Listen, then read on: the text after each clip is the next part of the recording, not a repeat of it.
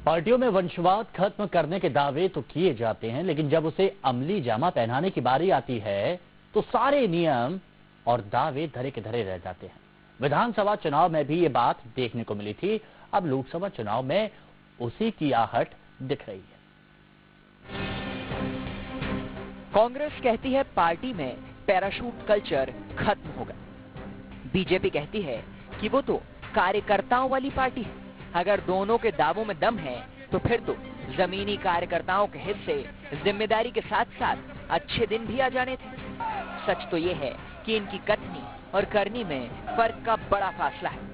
चाहे वो कांग्रेस हो या फिर बीजेपी, दोनों ही वंशवाद की चपेट में है।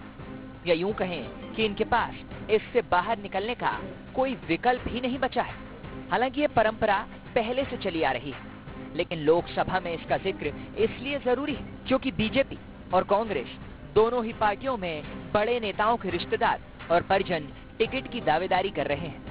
ऐसे में सवाल है कि आखिर जमीन पर काम करने वालों को चुनाव लड़ने का मौका कब मिलेगा? किस पार्टी से किस नेता के परिजन टिकट की दावेदारी कर रहे हैं? अगर इन पर नजर डालें तो विदिशा से शिवराज सिंह चौहान की पत्नी साधना सिंह के चुनाव लड़ने की चर्चा है। कहा जा रहा है कि बीजेपी उन्हें टिकट दे सकती है। इसी तरह गोपाल भार्गव के बेटे अभिषेक भार्गव भी टिकट की दावेदारी कर चुके हैं। तो वहीं सुमित्रा महाजन नहीं लड़ती है तो उनके बेटे को टिकट दिया जा सकता है। इसके अलावा कई और ऐसे नाम हैं जो विधानसभा में टिकट लेने में कामयाब रहे थे, लेकिन बीजेपी इसे वंशवाद नहीं मानती क्योंकि ये सभी लोग सियासत में पहले से सक्रिय हैं। देखो, वंशवाद ऐसा सब्जेक्ट है, इसको क्या कहें अपन, अलग अलग मतलब विचार करने की बात है। वंशवाद बाप की जगह बेटा आए, बेटे की जगह बेटा आए, पति की जगह पत्नी आए।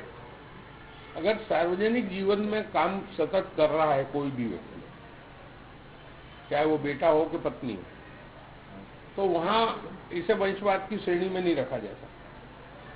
घर बैठे व्यक्ति को लड़ाया चुनाव कि मैं नेता और मेरी पत्नी मेरी जगह चुनाव लड़ेगी, मैं नेता मेरा बेटा मेरी जगह चुनाव लड़ेगा, ये वंशवाद होता, उत्तराधिकार जिसे कह सकते। लेकिन अगर मेरा बेटा भी ऑलरेडी राजनीति में काम कर रहा है, मेरी पत्नी महिला मोर्चे में काम कर रही है, महिलाओं के बीच काम कर रही है, सार्वजनिक जीवन में पार्टी में लगातार ये लोग काम कर रहे हैं, तो हम फिर इसे वंशवाद की दृष्टि से नहीं देख सकते। अगर बात करें कांग्रेस की तो कहा जा रहा है कि छिंदवाड़ा से कमलनाथ के बेटे नकुल नाथ की दावेदारी है। तो वहीं गुना से सिंधिया की पत्नी प्रियदर्शनी राजेश सिंधिया को लड़ाने की चर्चा जोरों पर है।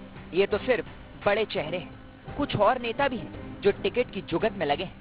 ये अलग बात है कि कांग्रेस वंशवाद की बात मानने को तैयार नहीं। ये जो मध्य प्रदेश में हारी है, राजस्थान में हारी है, तो वो वंशवाद के कारण ही हारी है। उन्होंने अपने नीचे केडर के नेताओं को कभी आगे नहीं आने दिया।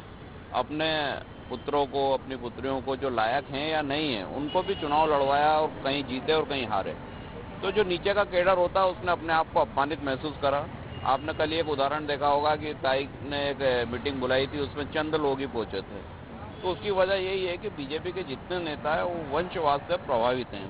जहाँ तक कांग्रेस का सवाल है, आपने अभी देखा होगा कि प्रियंका गांधी जी इतने साल बाद कांग्रेस में एक प्रमुख पद पे आकर सक्रियता से काम कर रही हैं। उसके पहले एक सामान्य कार्यकर्ता के तौर पे उन्होंने 25 साल काम करा है।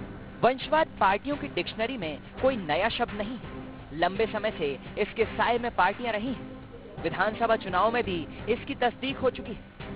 बीजेपी ने कुछ को टिकट देने से इनकार किया था तो वो नेता बागी हो गए थे, जिसका खामियाजा बीजेपी को उठाना भी पड़ा था। तो ऐसे में ये क्यों ना माना जाए कि वंशवाद की परंपरा को बढ़ाना पार्टियों की मजबूरी हो गई है, क्योंकि ऐसे नेता न सिर्फ अपने इलाके में सक्रिय रहते हैं बल्कि अपनों को जिताने के लिए दमखम भी लगा देते हैं।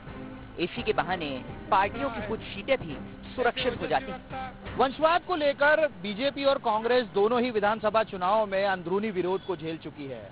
अब एक बार फिर लोकसभा चुनाव दोनों ही पार्टी के सामने खड़ा है। ऐसे में कयास लगाए जा रहे हैं कि इस बार भी दोनों ही पार्टियों में वंशवाद भारी पड़ता दिखाई पड़ सकता है। देखने वाली बात होगी कि इस बार वंशवाद के चलते अंदरूनी विरोध को पार्टियां संभालने में कितनी कामयाब हो पाती हैं। वीडियो जर्नलिस्ट नीरज जावलिया के साथ आदित्य सिंह, न्यूज़ 8 मध्य प्रदेश, छत्तीसगढ़।